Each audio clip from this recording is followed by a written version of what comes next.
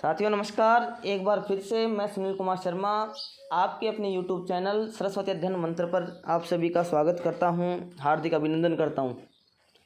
साथियों, आज के इस प्रश्नोत्तरी श्रृंखला में हम साइकोलॉजी विषय से संबंधित महत्वपूर्ण 30 प्रश्नों पर चर्चा करेंगे और ये 30 प्रश्न आपके परीक्षा की दृष्टि से बहुत ही महत्वपूर्ण हैं।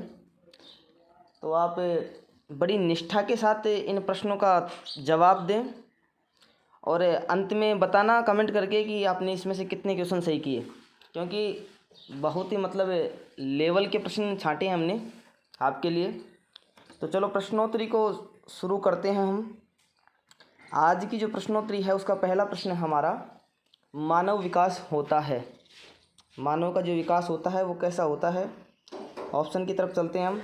ऑप्शन नंबर ए है हमारा मात्रात्मक, ऑप्शन नंबर बी है हमारा गुणात्मक, ऑप्शन नंबर सी है हमारा एक सीमा तक अमापनीय, और ऑप्शन नंबर डी है मात्रात्मक एवं गुणात्मक दोनों। तो जैसा कि साथियों आपने विकास के बारे में पढ़ा भी होगा पहले भी, कि विकास जो है गर्भाधान अवस्था से लेकर के जीवन पर्यंत चलने वाली एक कड़ी है। और इसका जो मानव का जो विकास होता है वो मात्रात्मक एवं गुणात्मक दोनों रूपों में होता है। देखो, विकास और वृद्धि और विकास, ये दो संकल्पनाएं हैं। इसमें जो वृद्धि है, वृद्धि कहते हैं, अभिवृद्धि कहते हैं। वृद्धि का जो संबंध है वो मात्रात्मक है, क्योंकि वृद्धि हमारी किशोर अवस्था तक चलती है, यानी कि परिपक्वता अवस्था तक चलती है। जबकि विकास जो है, विकास मात्रात्मक और गुणात्मक दोनों होता है, क्योंकि ये जीवन पर्यंत चलता रहता है। तो इसका जो राइट आंसर होगा साथियों वो होगा ऑप्शन नंबर डी, मात्रात्मक गुणात्मक दोनों। बढ़ते हैं नेक्स्ट प्रश्न की तरफ। नेक्स्ट हमारा प्रश्न है, विकासात्मक कार्य सिद्धांत प्रतिपादन किया। बहुत ही अच्छा प्रश्न है साथियों, बड़े ध्यान से इसका उत्तर देना। ऑप्शन नंबर ए है गैसल, ऑप्शन नंबर बी है एरिक्सन, ऑप्शन नंबर सी है हेविंगहर्स्ट, और ऑप्शन नंबर डी है कोहलबर्ग। तो बताइए साथियों, आपके पास 5 सेकंड का समय है कि विकासात्मक कार्य सिद्धांत है वो किसने दिया, कार्य सिद्धांत।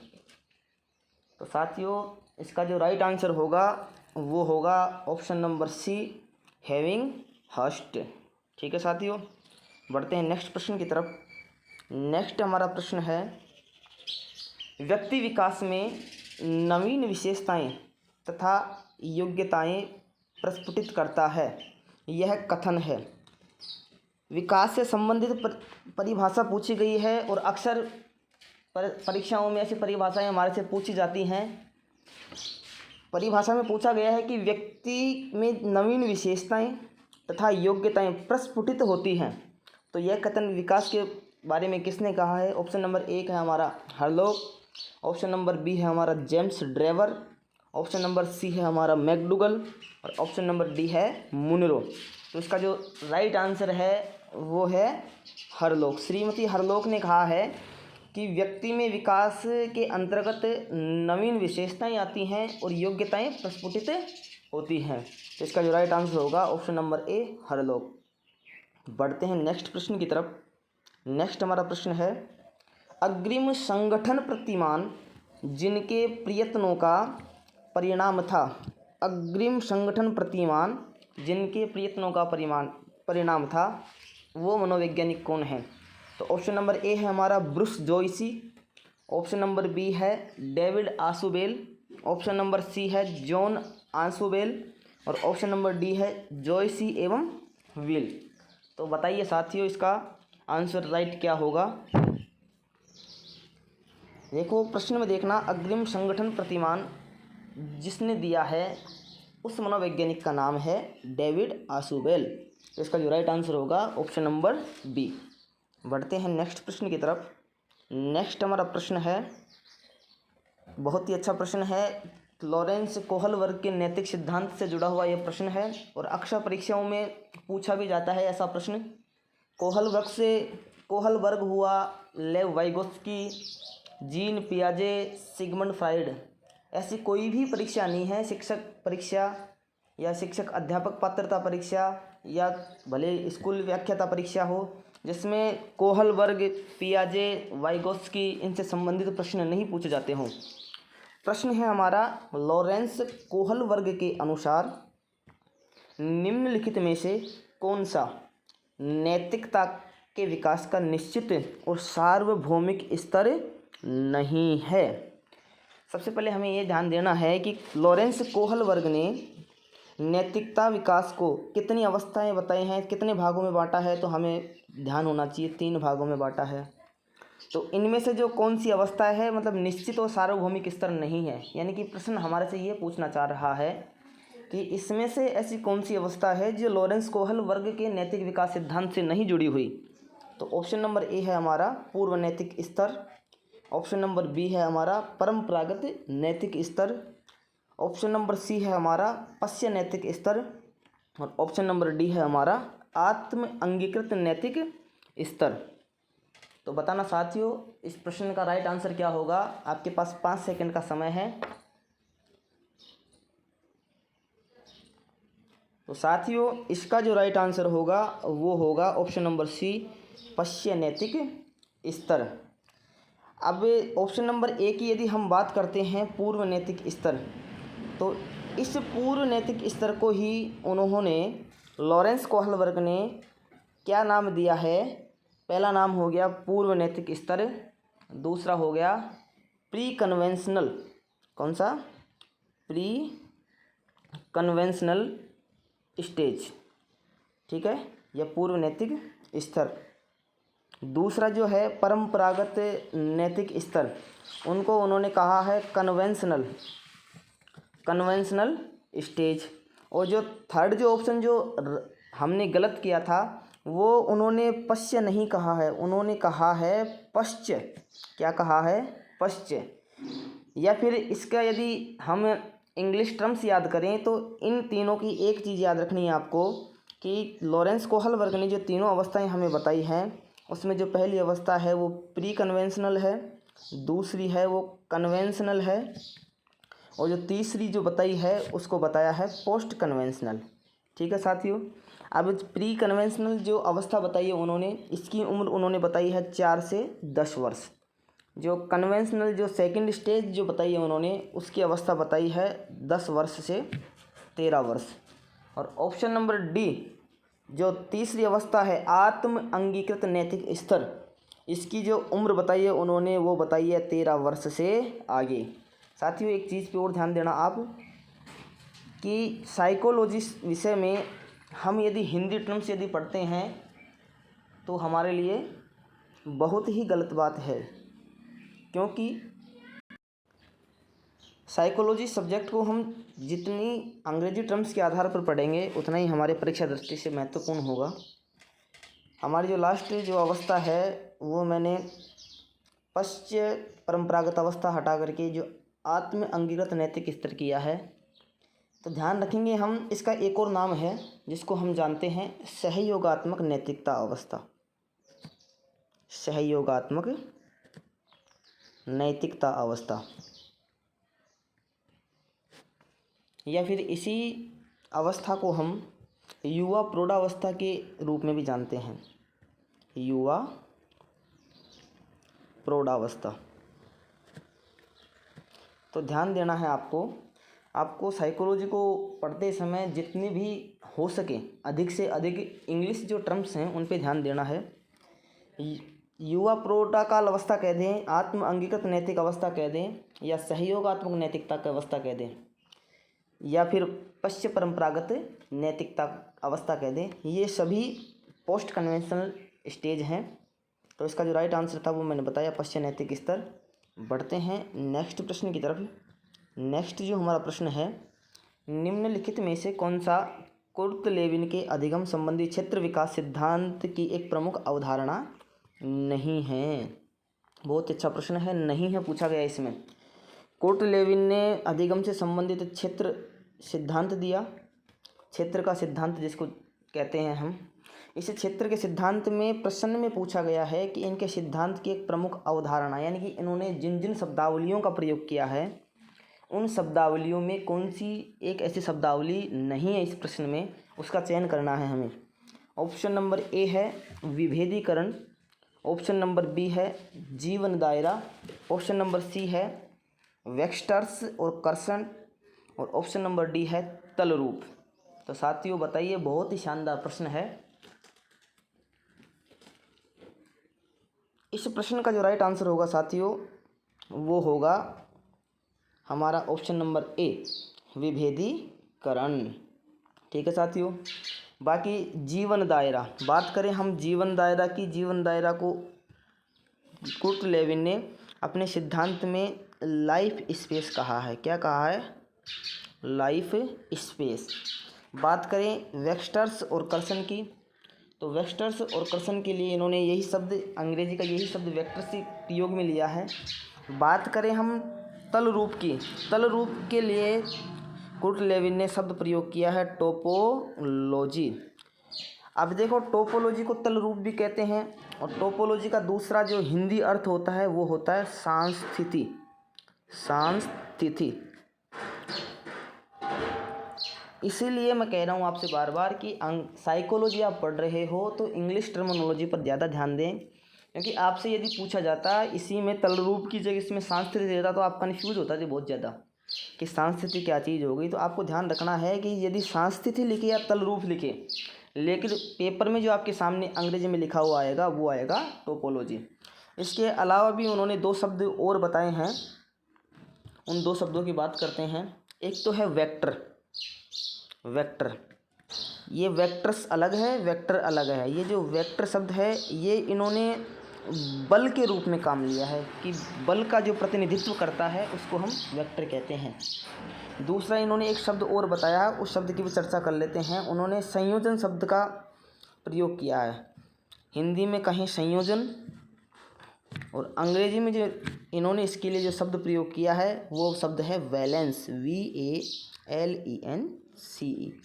तो जितना साइकोलॉजी को आप अंग्रेजी के माध्यम से पढ़ोगे उतना आपके लिए अच्छा रहेगा। तो इसका जो राइट आंसर था विभेदीकरण। अब विभेदीकरण शब्द का प्रयोग किसने किया है ये आप कमेंट करके बताना।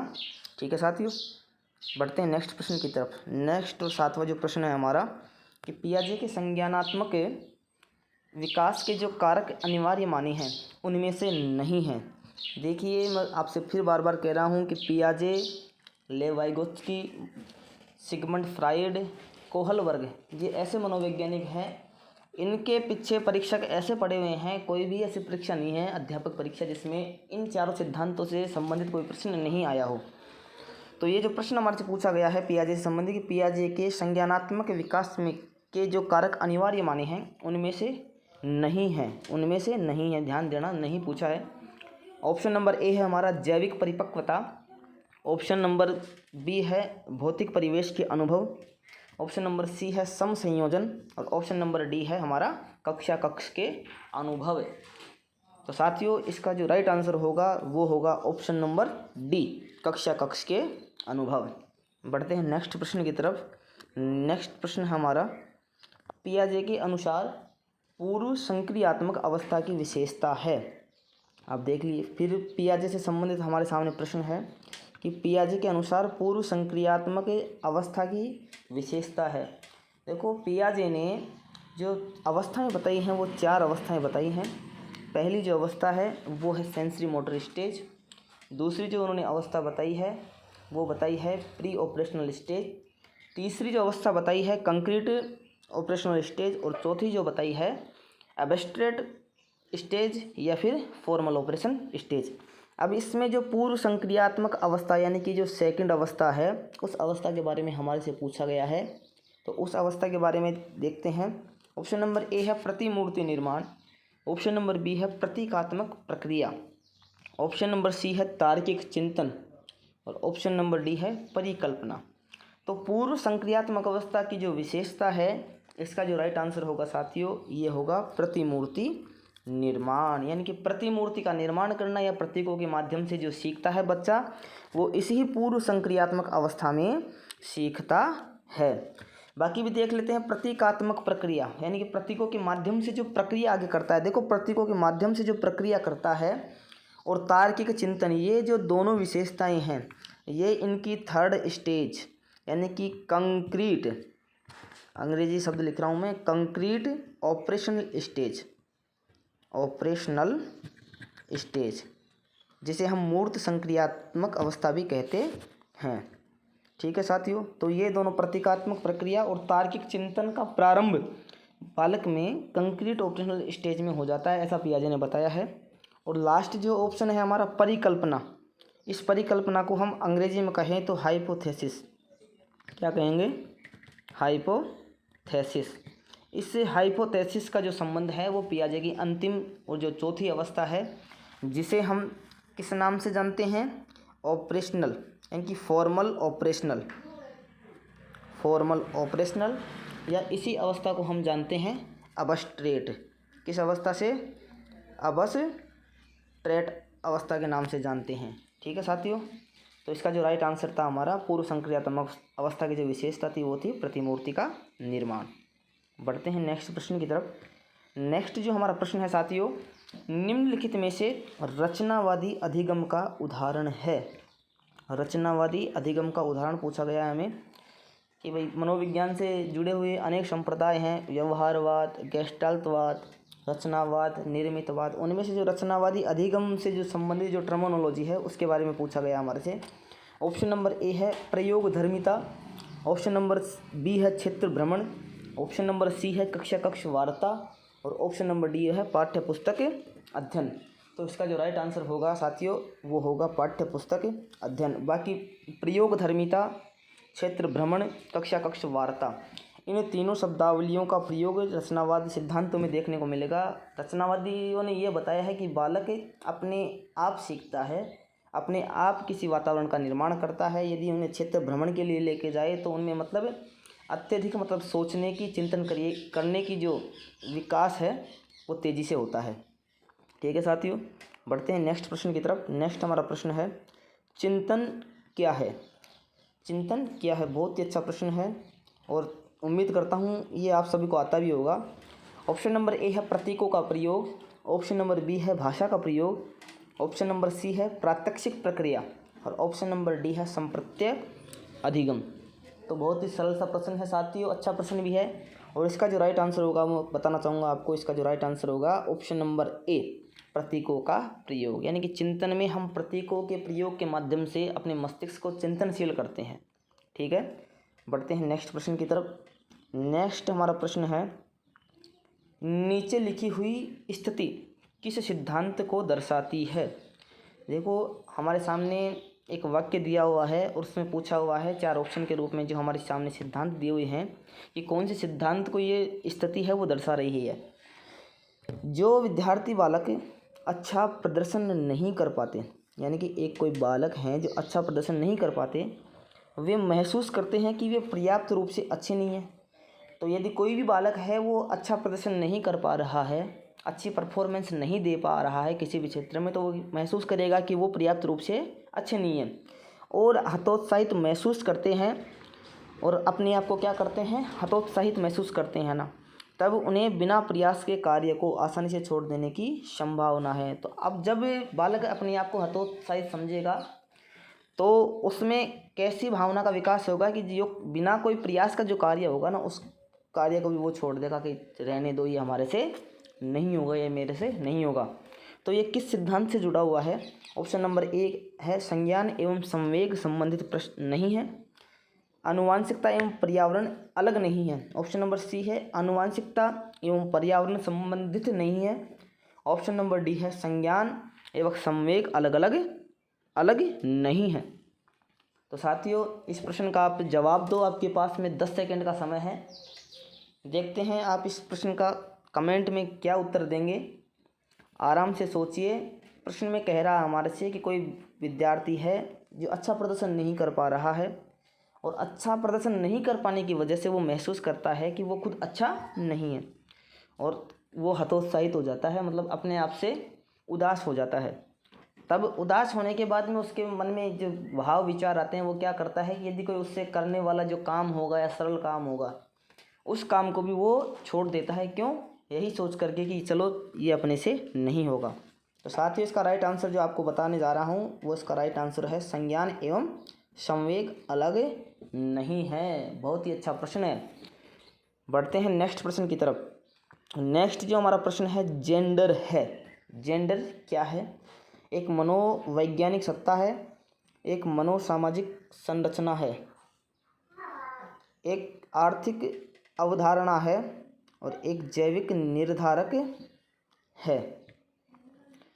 तो मनोवैज्ञानिक एक सत्ता है, एक सामाजिक संरचना है, एक आर्थिक अवधारणा है और एक जैविक निर्धारक है। तो साथियों इसका जो राइट आंसर होगा वो होगा एक सामाजिक संरचना है। जेंडर क्या है? एक सामाजिक संरचना। बढ़ते हैं नेक्स्ट प्रश्न की तरफ। नेक्स्ट जो हमारा प्रश्न है, मौखिक संवाद जो बच्चे अपने आप से करते हैं, यानी कि बच्चे जो मौखिक संवाद खुद से करते हैं, उन्हें लेव वाइगोत्स्की क्या कहते हैं? लेव वाइगोत्स्की ने उसे क्या कहा है? जो बालक अपने आप से संवाद करते हैं तो उसको वाइगोत्स्की ने क्या कहा है? व्यक्तिगत वार्ता, भ्रांत वार्ता, समस्यात्मक वार्ता और ऑप्शन नंबर डी है अहम केंद्रित वार्ता। तो वाइगोत्स्की के अनुसार जो इसका आंसर है वो है व्यक्तिगत वार्ता। ठीक है साथियों। इसी यदि प्रश्न में हम ऑप्शन नंबर डी की बात करते हैं अहम केंद्रित वार्ता, तो जो बच्चे अपने आप से बात करते हैं, जीन पियाजे ने इसको अहम केंद्रित वार्ता कहा है। किसने कहा है? जीन पियाजे ने। तो ध्यान रखेंगे आप दोनों बातें। बढ़ते हैं नेक्स्ट प्रश्न की तरफ। नेक्स्ट जो हमारा प्रश्न है, बच्चों को संकेत देना तथा आवश्यकता पड़ने पर सहयोग प्रदान करना निम्नलिखित में से किसका उदाहरण है? बहुत अच्छा प्रश्न है कि बच्चों को हम संकेत दे रहे हैं कोई, और यदि बच्चों को यदि ऐसा लग रहा है कि हमारी आवश्यकता है तो हम क्या कर रहे हैं? उनका सहयोग भी कर रहे हैं। तो निम्नलिखित में से किसका उदाहरण है? ये फिर से लेव वाइगोत्स्की के सिद्धांत से जुड़ा हुआ है। इस प्रश्न के बारे में हमने पिछले वीडियो में भी चर्चा की थी। ऑप्शन नंबर ए है प्रबलन, ऑप्शन नंबर बी है अनुबंधन, ऑप्शन नंबर सी है जेडपीडी और ऑप्शन नंबर डी है पाड़ या ढांचा। देखिए साथियों, इसका जो राइट आंसर होगा वो होगा ऑप्शन नंबर डी पाड़ या ढांचा। इस पाड़ या ढांचा को हम इसके फोल्डिंग कहते हैं। क्या कहते हैं? इसके फोल्डिंग कहते हैं।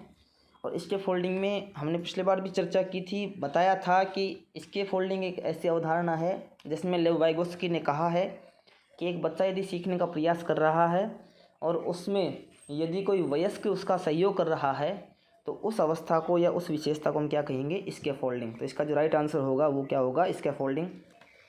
बाकी ऑप्शन नंबर सी है जेडपीडी, ये भी लेव वाइगोत्स्की के सिद्धांत से जुड़ा हुआ है। नेक्स्ट वीडियो में इस पर भी चर्चा करेंगे हम। बढ़ते हैं नेक्स्ट प्रश्न की तरफ।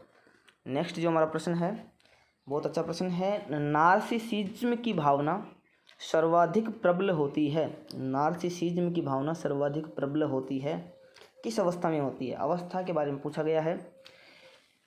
सबसे पहले बात करें नार्सिसिज्म क्या है। नार्सिसिज्म को हम दूसरे शब्दों में कहें तो ये स्वमोह होता है। क्या होता है? स्वमोह, यानी अपने आप से प्रेम करना। ठीक है साथियों, एक बात तो ये ध्यान रखेंगे। नार्सिसिज्म के बारे में किसने बताया है? तो मनोविश्लेषणात्मक सिद्धांत में सिगमंड फ्राइड ने इसके बारे में बताया है। सिगमंड फ्राइड ने कहा है कि बच्चा क्या करता है कि अपने आप में खोया रहता है, यानी उसको अपने आप से प्रेम होता है। उसी प्रेम को इन्होंने क्या शब्द दिया है? नार्सिसिज्म। तो इसकी जो अवस्था है वो पूछी गई है। ऑप्शन नंबर ए है शैशवावस्था, ऑप्शन नंबर बी है किशोरावस्था, ऑप्शन नंबर सी है बाल्यावस्था और ऑप्शन नंबर डी है उत्तर किशोरावस्था। तो इसका जो राइट आंसर होगा साथियों वो होगा शैशवावस्था, यानी कि 3 से 5 वर्ष का जो बच्चा होता है उसमें नार्सिसिज्म की जो भावना होती है वो अत्यधिक प्रबल होती है। बढ़ते हैं नेक्स्ट प्रश्न की तरफ। नेक्स्ट हमारा प्रश्न है क्रियात्मक अनुसंधान के बारे में सही नहीं है। क्रियात्मक अनुसंधान के बारे में पूछा गया है और प्रश्न में हमारे से नहीं पूछा गया है। विशेष ध्यान देना, ये नहीं है और है वाले प्रश्न बहुत ज़्यादा कंफ्यूज करते हैं हमें परीक्षा में। ऑप्शन नंबर ए है नवीन तथ्यों व सिद्धांतों का प्रतिपादन करना, स्थानीय समस्याओं का अध्ययन किया जाता है, सामान्यीकरण नहीं किया जाता है। ऑप्शन नंबर डी है क्रियात्मक अनुसंधान व्यक्तिनिष्ठ व व्यवहारिक होता है। तो इसका जो राइट आंसर होगा साथियों क्रियात्मक अनुसंधान के बारे में सही नहीं है वो होगा ऑप्शन नंबर ए, क्योंकि क्रियात्मक अनुसंधान में नवीन तथ्य एवं सिद्धांतों का प्रतिपादन नहीं किया जाता।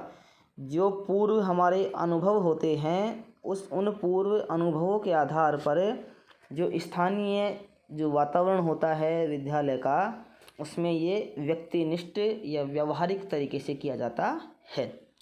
बढ़ते हैं नेक्स्ट प्रश्न की तरफ। नेक्स्ट हमारा प्रश्न है, NCF के बारे में असत्य कथन है। NCF नेशनल करिकुलम फ्रेम के बारे में असत्य कथन छांटना है। शिक्षक की भूमिका सुगमकर्ता के रूप में है। देखिए, NCF शिक्षक की भूमिका को सुगमकर्ता के रूप में बताता है, सही बात है। मूल्यांकन रचनात्मक सतत खुली परीक्षण व परीक्षा ऐच्छिको, यानी कि मूल्यांकन के बारे में जो इन्होंने बात की है कि मूल्यांकन की जो प्रक्रिया है रचनात्मक हो, सतत हो, सतत यानी कि CCE सतत और व्यापक हो, खुली परीक्षण परीक्षा ऐच्छिक हो, तो इसकी भी बात NCF में की गई है। शिक्षा गरीबी, शोषण व लिंग भेद से मुक्त करने की प्रक्रिया है, बिल्कुल सही बात है। ये बात भी नेशनल करिकुलम फ्रेम 2005 में बताई गई है। ऑप्शन नंबर डी है हमारा कि शिक्षा शांति सामाजिक न्याय का समर्थन करती है। तो सामाजिक न्याय का समर्थन करती है, ना कि अन्याय का। इसमें ये जो शब्द है, इस वजह से ये जो हमारा जो ऑप्शन है, ऑप्शन नंबर डी है, ये इनकरेक्ट हो गया। ठीक है साथियों, ध्यान रखेंगे जिसको राइट आंसर क्या होगा, ऑप्शन नंबर डी, यानी कि शांति शिक्षा का और सामाजिक न्याय का समर्थन करती है, अन्याय का समर्थन नहीं करती है। तो राइट आंसर हुआ इसका ऑप्शन नंबर डी। बढ़ते हैं नेक्स्ट प्रश्न की तरफ। नेक्स्ट प्रश्न है, निम्न में से कौन सा संप्रेषण प्रक्रिया के प्रमुख 4 तत्वों में सम्मिलित नहीं है। संप्रेषण की प्रक्रिया में जो 4 महत्वपूर्ण जो तत्व होते हैं उनमें से कौन सा सम्मिलित नहीं है। संप्रेषण के प्रश्न के बारे में हमने पिछले वीडियो में भी चर्चा की थी। चलते हैं आगे।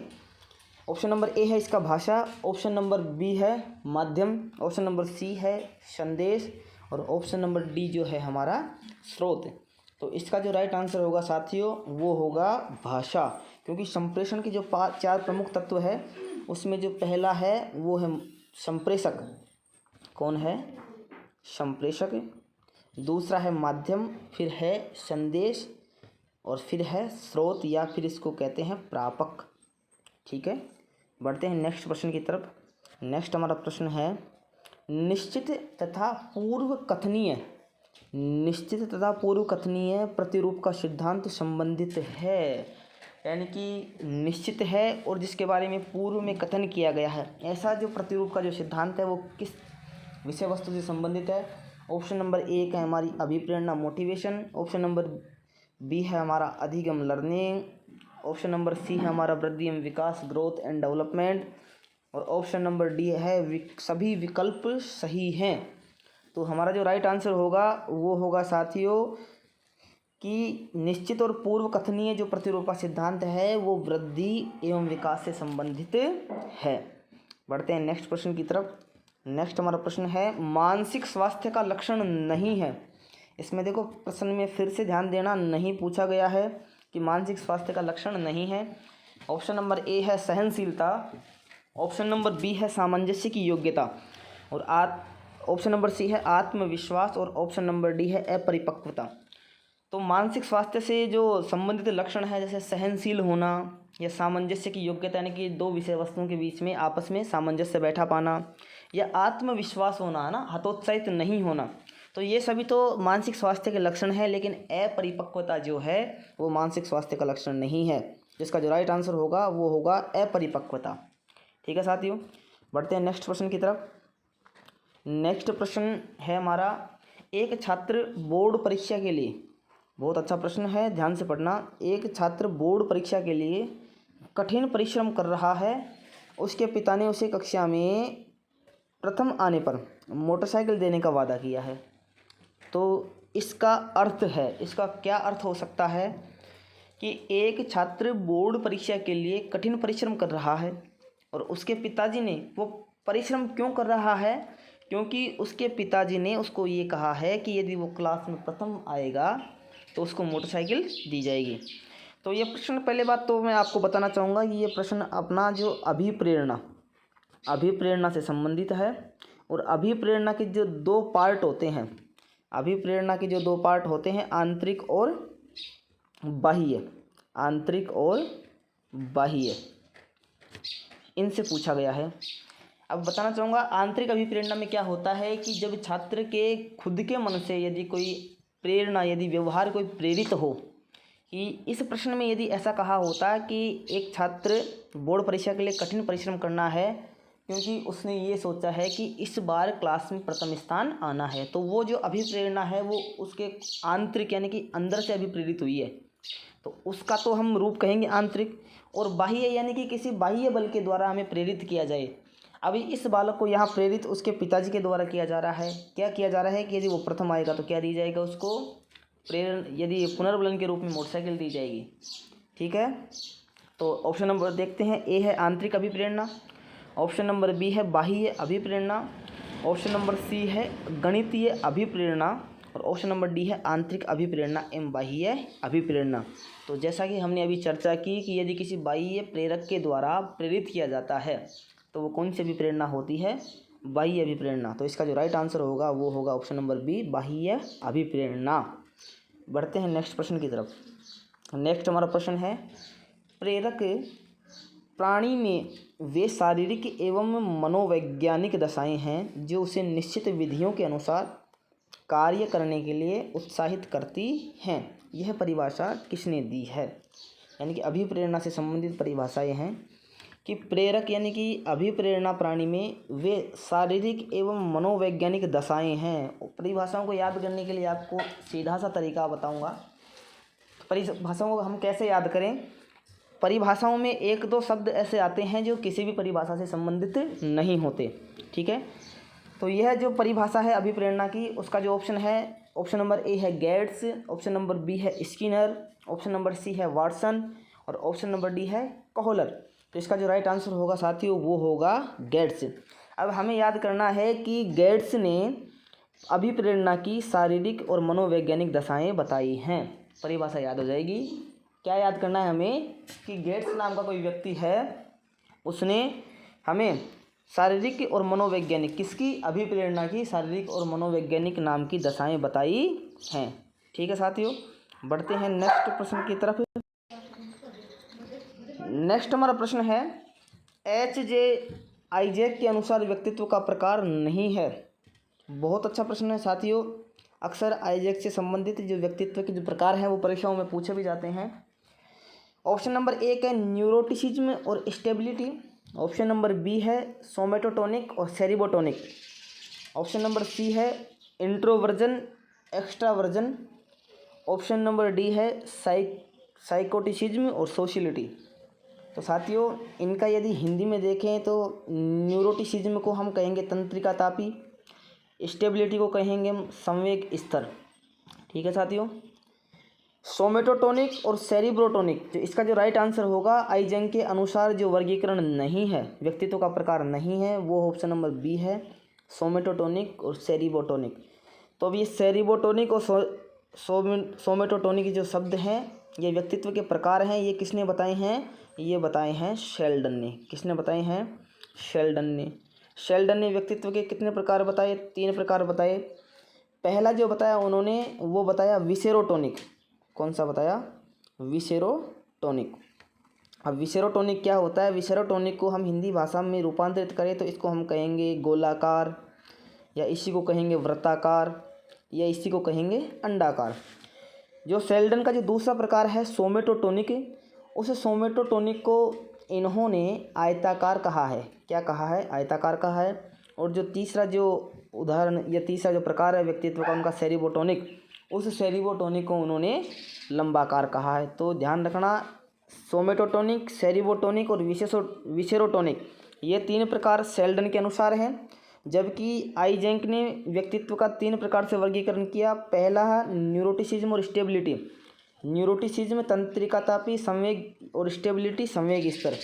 दूसरा जो उन्होंने इंट्रोवर्जन एक्स्ट्रावर्जन बताया कि अंतर्मुखी और बहिर्मुखी। देखिए व्यक्तित्व का अंतर्मुखी और बहिर्मुखी कार्ल जुंग ने भी बताया है और आइजैक ने भी बताया, विशेष ध्यान देना आप।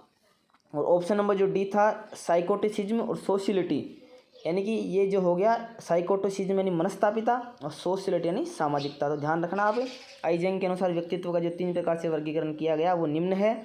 और इसका जो राइट आंसर था, इसमें पूछा गया था कि जो आइजेंक का नहीं है, तो वो था ऑप्शन नंबर बी, सोमेटोटोनिक और सेरिब्रोटोनिक, जो किससे संबंधित था मैं बता चुका आपको, शेल्डन से संबंधित था। ठीक है साथियों, बढ़ते हैं नेक्स्ट प्रश्न की तरफ। नेक्स्ट हमारा प्रश्न है, व्यक्तित्व मापन की कौन सी विधि वस्तुनिष्ठ विधि नहीं है। ठीक है, व्यक्तित्व मापन की जो कौन सी विधि है ऐसी जो वस्तुनिष्ठ नहीं है। ठीक है, वस्तुनिष्ठ मतलब ऑब्जेक्टिव और विषयनिष्ठ मतलब सब्जेक्टिव। ये ध्यान रखना, आप इंग्लिश टर्मिनोलॉजी बहुत ज़्यादा काम आएगी अंग्रेजी साइकोलॉजी का पेपर सोल्व करते हुए। वस्तुनिष्ठ का मतलब होता है ऑब्जेक्टिव, और आत्मनिष्ठ कह दो या व्यक्तिनिष्ठ कह दो वो होती है सब्जेक्टिव। तो इसमें जो वस्तुनिष्ठ नहीं है वो पूछी गई है हमारे से। ऑप्शन नंबर ए है हमारा समाजमिति विधि, ऑप्शन नंबर बी है कर्म निर्धारण मापने, ऑप्शन नंबर सी है हमारा निरीक्षण विधि, और ऑप्शन नंबर सी है, ऑप्शन नंबर डी है हमारा व्यक्ति इतिहास विधि। तो इसका जो राइट आंसर होगा साथियों वो होगा हमारा ऑप्शन नंबर डी, व्यक्ति इतिहास विधि। क्योंकि व्यक्ति इतिहास विधि एक आत्मनिष्ठ विधि है। कौन सी विधि है? आत्मनिष्ठ विधि है, या इसी को कहेंगे हम सब्जेक्टिव विधि है। ठीक है, बढ़ते हैं नेक्स्ट प्रश्न की तरफ। नेक्स्ट हमारा प्रश्न है, संवेगात्मक बुद्धि के तत्वों में निम्न शामिल नहीं है। संवेगात्मक बुद्धि के बारे में पूछा गया है। इसमें जो तत्व बताए गए हैं, 5 तत्व बताए गए हैं, उन तत्वों में कौन सा शामिल नहीं है? जो पहला है आत्म प्रबंधन, दूसरा है आत्मनिर्देशन, ऑप्शन नंबर सी है वस्तु परीक्षण, ऑप्शन नंबर डी है संबंधों का संचालन। तो इसका जो राइट आंसर होगा साथियों वो होगा वस्तु परीक्षण। अब देखिए, जो संवेगात्मक बुद्धि के जो 5 तत्व बताए उनमें से एक हो गया आत्म प्रबंधन, एक हो गया आत्मनिर्देशन, एक हो गया संबंधों का संचालन। अब 2 और बच गए, उनमें से एक है स्व प्रबंधन। कौन सा है? स्व प्रबंधन या स्व जागरूकता, ऐसे भी कह सकते हैं स्व जागरूकता। अंग्रेजी में कहें इसको तो self awareness.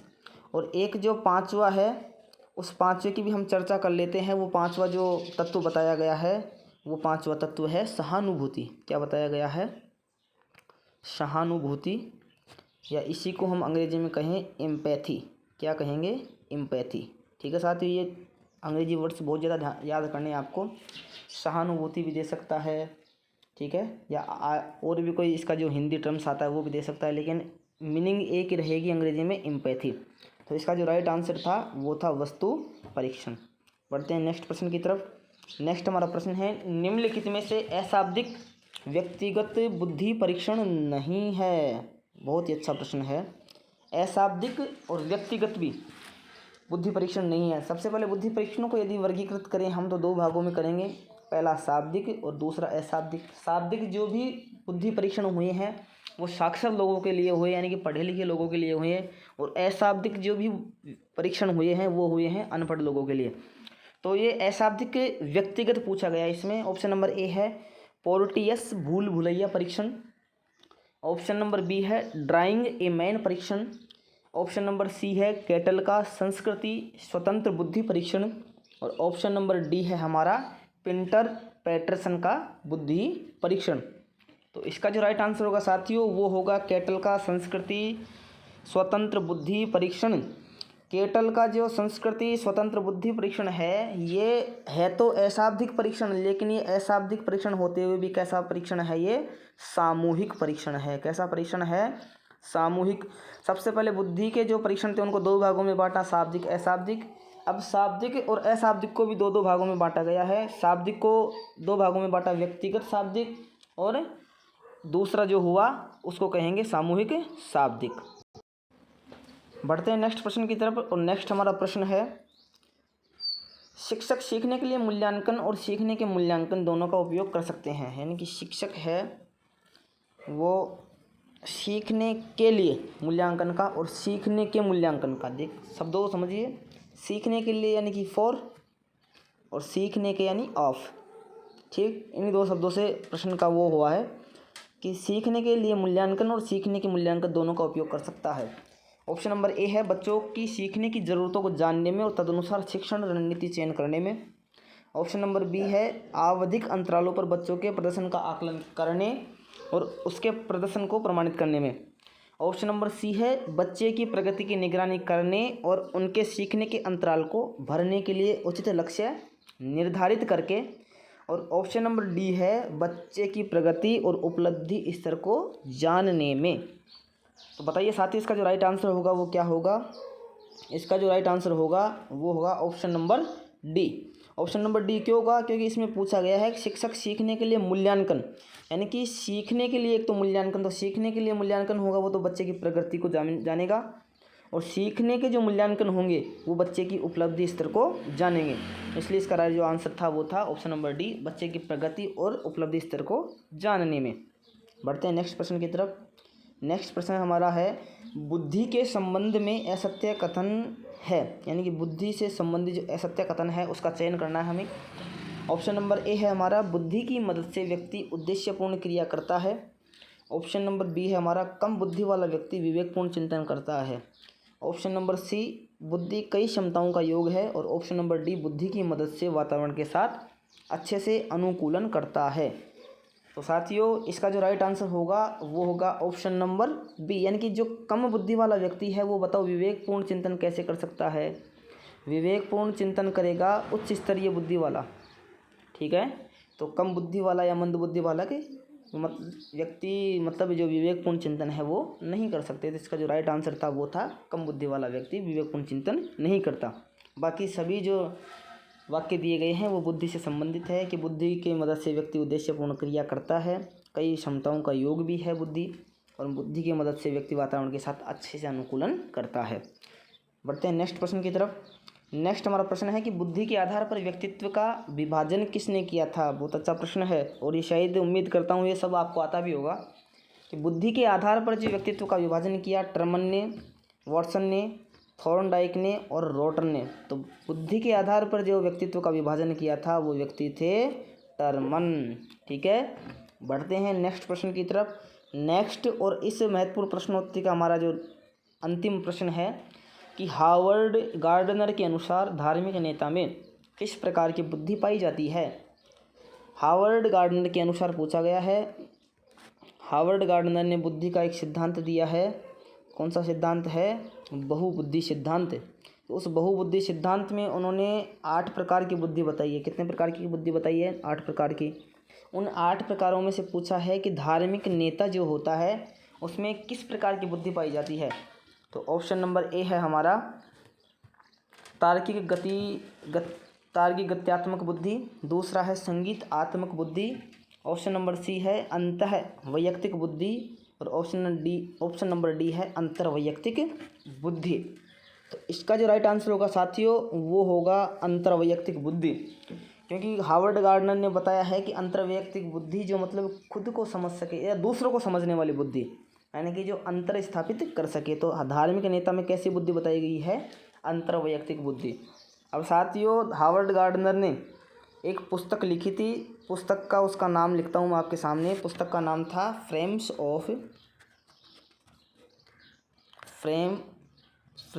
Of mind theory of multiple intelligence. बहुत ही लंबी चौड़ी किताब है ये, नाम ही इतना लंबा है देखो, इंटेलिजेंस। ये इन्होंने किताब लिखी थी frames of mind theory of multiple intelligence. ये इन्होंने 1983 में लिखी थी। और इस 1983 में जो लिखी हुई पुस्तक है उसमें उन्होंने बुद्धि के जो 8 प्रकार बताए, उन 8 प्रकारों में 4 हम पढ़ चुके। तार्किक गत्यात्मक बुद्धि, संगीतात्मक बुद्धि, अंतःवैयक्तिक बुद्धि और अंतर्वैयक्तिक बुद्धि। इनके अलावा भी मैं आपको जो 4 नाम और रह गए। वैसे तो हावर्ड गार्डनर ने बहुत सारा काम किया है बुद्धि के ऊपर, उनके और भी बुद्धि के प्रकार आए हैं लेकिन वो अभी तक प्रकाशित नहीं हो पाए हैं या उनको NCERT के द्वारा मान्यता नहीं मिल पाई है। बाकी हावर्ड गार्डनर काम बहुत किया है बुद्धि के ऊपर। इनके जो बाकी जो 3 जो प्रकार हैं बुद्धि के उनको मैं बताना चाहूँगा। एक है भाषात्मक बुद्धि, ठीक है, 4 जो प्रकार बच गए थे भाषात्मक बुद्धि। दूसरी है शारीरिक गत्यात्मक बुद्धि, ठीक है। एक है स्थानिक बुद्धि, ये इसे कहेंगे देशिक बुद्धि, ठीक है। और जो लास्ट है वो है प्राकृतिक बुद्धि, यानी कि नेचुरल इंटेलिजेंस, प्राकृतिक बुद्धि। तो हावर्ड गार्डनर के द्वारा जो 8 प्रकार बताए गए हैं, तार्किक, संगीतात्मक, अंतःवैयक्तिक, अंतर्वैयक्तिक, भाषात्मक, शारीरिक, गत्यात्मक, स्थानिक या देशिक या प्राकृतिक बुद्धि, ये 8 प्रकार बताए उन्होंने। तो साथियों, ये महत्वपूर्ण प्रश्नोत्तरी आज समाप्त होती है। इसी के साथ आपसे उम्मीद करता हूँ कि आपने बहुत अच्छा किया होगा इसमें, और कमेंट करके एक बार ज़रूर बताएं कि आपका स्कोर इसमें क्या रहा। आगे भी हम ऐसे ही महत्वपूर्ण प्रश्नोत्तरी के साथ आपसे मिलते रहेंगे। धन्यवाद।